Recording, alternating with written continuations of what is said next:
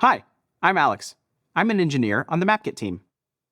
Apple Maps enables you to navigate and explore places around the world right from your device. There's so much to discover, from historical landmarks to cozy cafes, local shops, and great hiking routes. Today, I'll walk through the updates to MapKit and MapKit JS that let you bring the world of maps into your apps and websites. I'll start with Place Descriptor, a new way to find and reference places. Then, I'll cover geocoding and how you can use it to display information about a place. And finally, I'll help you get people where they're going with our directions and lookaround APIs. I'll start with finding and referencing places. Last year, we introduced an identifier which can be used to reference the places represented by map items in the MapKit framework and by place in MapKit JS. The references are unique, and they remain valid over time. Anytime the Maps team updates the data for a place, like the website URL, an app using Place ID can display that fresh information. Because these identifiers are unique, the app can use them as keys in its own data structures. Identifiers can be persisted and shared. Apple keeps track of the data, and you can reference it at any time. Place identifiers are still the best choice when you want to persist a reference to a specific place you found with MapKit. But there are some cases where it might not be the best fit. Sometimes, you still want to be able to find MapKit's rich data for a specific place, even when you don't have an identifier. For example, if you have a web API or CRM that provides you with the name and address of all of your places of business. Or perhaps you have the name and coordinate for a specific place. In these cases, you know you want to find an exact and single place, so APIs like a local search that return multiple results aren't the best match. Other times, I want to pass place references to or from code I don't own. Perhaps I want to vend places from a framework. Or, when I'm using app intents, I might want to take a place as an intent parameter, return a place as an intent result, or include a place as a property on my app entities. In these cases, you might be interacting with other apps that don't use MapKit at all. I can pass a purely geographic representation like geolocation, but there's no good way to use that to find a rich place of interest like I can with a MapKit identifier. To account for these cases, we're introducing a new type, Place Descriptor. It's in a new framework, GeoToolbox. Place Descriptor allows you to supply information that describes a place in a structured way. A place descriptor can then be used by MapKit or by other mapping service providers to attempt to find rich data about that place. A place descriptor has 3 top-level pieces of information. A string called common name. When making your place descriptor, you should provide well-known names like Guggenheim Museum or Sydney Opera House. This field is not intended for private data like Mom's House, and including it doesn't help MapKit find your place.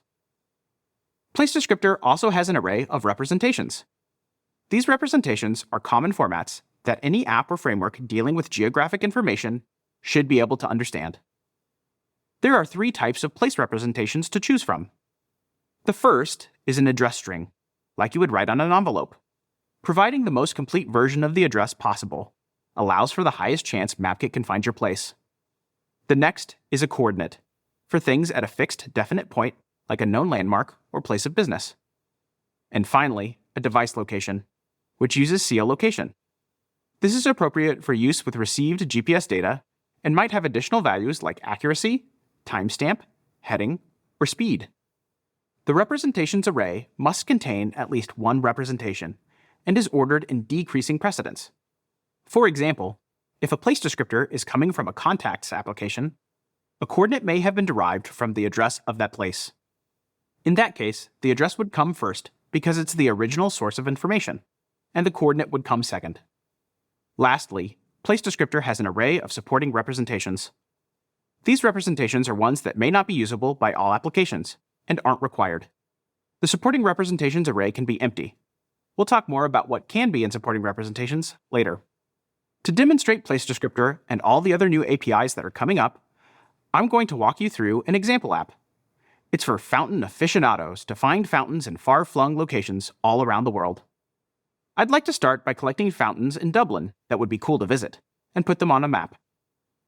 Since the introduction of MapKit for SwiftUI, I've been able to make a simple marker on the map with a coordinate. But I'd like to leverage rich Apple Maps data about my fountains in conjunction with all the other MapKit APIs in my app, even though I don't have a place ID. A great opportunity to use Place Descriptor. Let's make a place descriptor to reference this fountain. First, I'll import GeoToolbox. I know there's a fountain at these coordinates, so when I make my place descriptor, I'll provide a coordinate representation with them. Finally, I know it's called the Ana Lucia fountain, so I supply that as well. That's all I need to do to make a valid place descriptor. Then I can import MapKit and create a map item request with my place descriptor. Once I have my request, I can execute it to get an MK map item for that place. Map item is the core type for places in MapKit, and I can use it with all kinds of APIs. For example, I can then use the map item on a map. You'll notice the marker displays the name, colors, and iconography Apple Maps has for this place.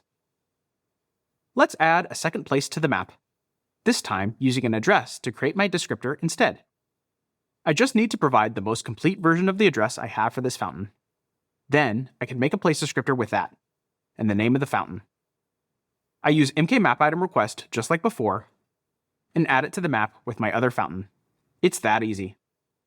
I've shown you the power of using place descriptor to find a place with a name, as well as coordinate and address place representations. But there is one more top-level property of place descriptor you can use. There's a single type of supporting representation, service identifiers. A service identifier representation is a dictionary, where the key is the bundle identifier for a given mapping service, and the value is the identifier representing your place for that mapping service. For example, if I know the MapKit place identifier for a place, I can make a dictionary where the key is com.apple.mapkit and the value is the identifier. Then I create a service identifier's representation and pass it to the supporting representations parameter of the place descriptor initializer. If I know the identifier for a place from a different mapping service provider, I can supply it here. MapKit doesn't use other identifiers, but supplying them can be useful in scenarios like app intents, where you can supply a place descriptor to another app that may not use MapKit. You can provide as many identifiers as you like. If you're using MapKit API, we always do the right thing with service identifiers. If present, MKMapItemRequest will use MapKit identifiers from your place descriptor to fetch the place. If there's no MapKit identifier, or if using the supplied identifier fails for any reason, the other representations on place descriptor will be used to find your place instead. Likewise, if you make a place descriptor with a map item you got some other way, we'll make sure the place descriptor is populated with all the representations you need, including identifier.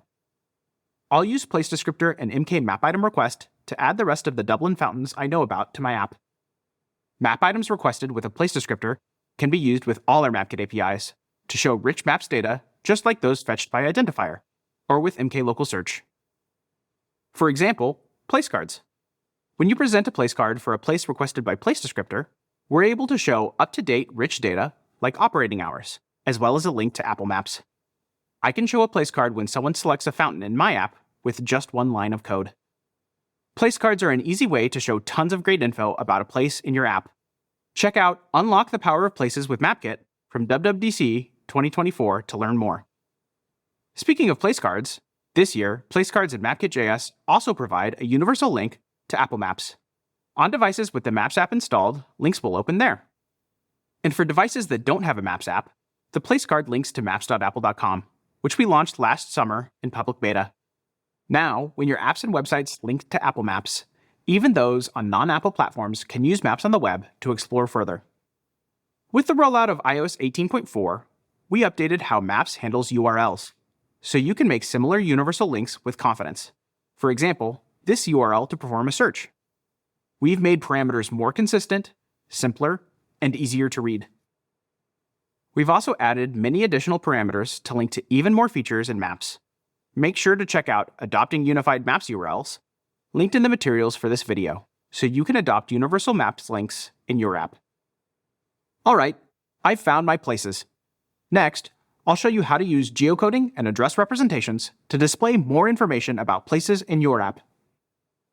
If you're not familiar, forward geocoding refers to the process of taking an address and finding the coordinate it refers to. An example of this is tapping on an address in the Contacts app, which takes you to a map. Reverse geocoding is the opposite. You provide a coordinate, and we give you an address. An example of this is when you drop a pin in the Maps app, and we show you the address information for that location. In iOS 18 and before, you would use core location to perform your geocoding tasks. This year, we're deprecating CL Geocoder, soft deprecating CL Placemark, and bringing geocoding to MapKit. In my app, I also want to keep track of the fountains I've found and taken fabulously framed photos for.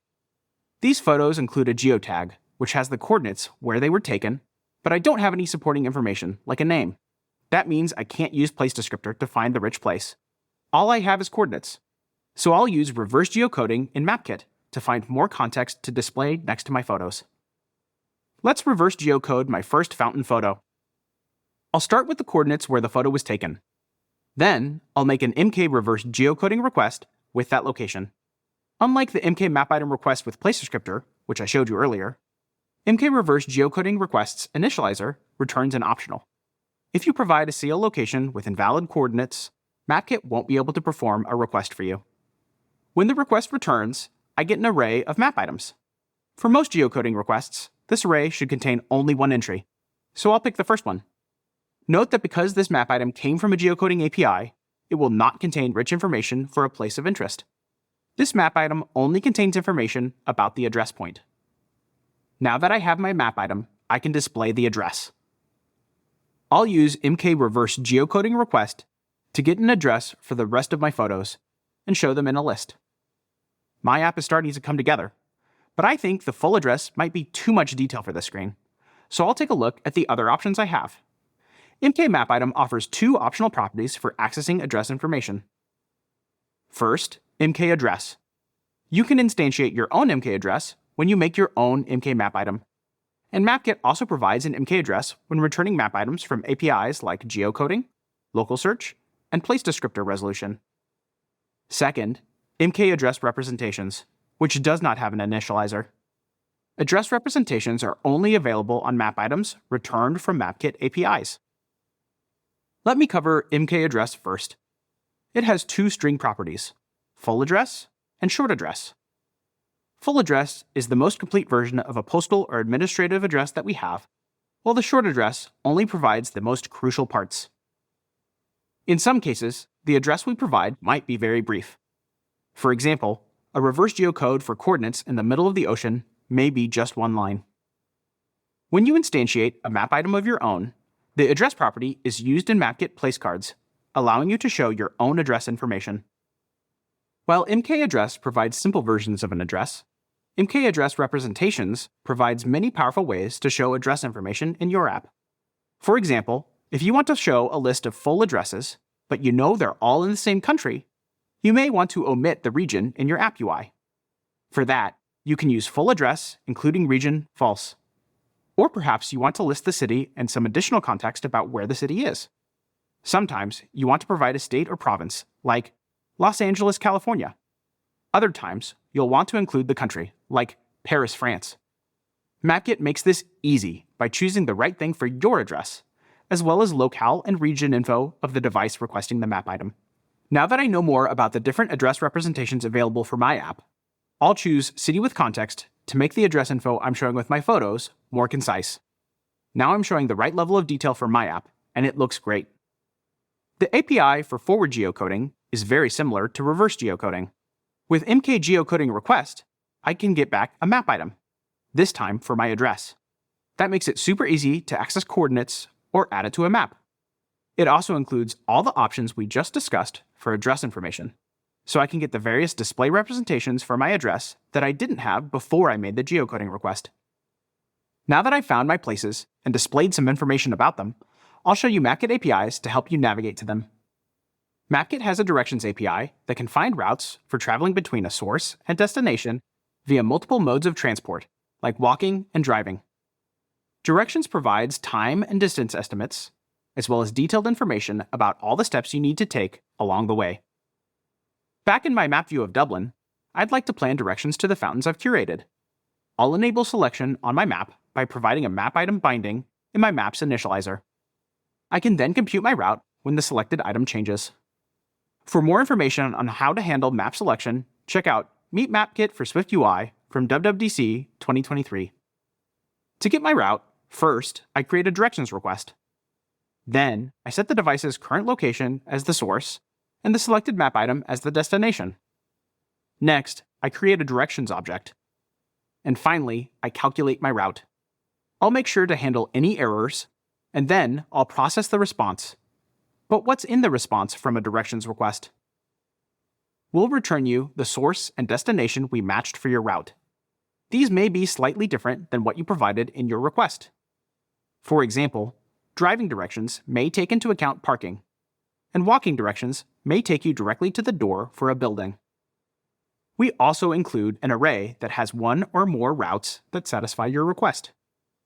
Routes have lots of powerful information, including a localized name you can use as the title for a route, an array of notices that are relevant to your route, like road closures, the distance required to travel on that route in meters, the amount of time it would take to travel on that route, and the geometry of the route, suitable for drawing on a map.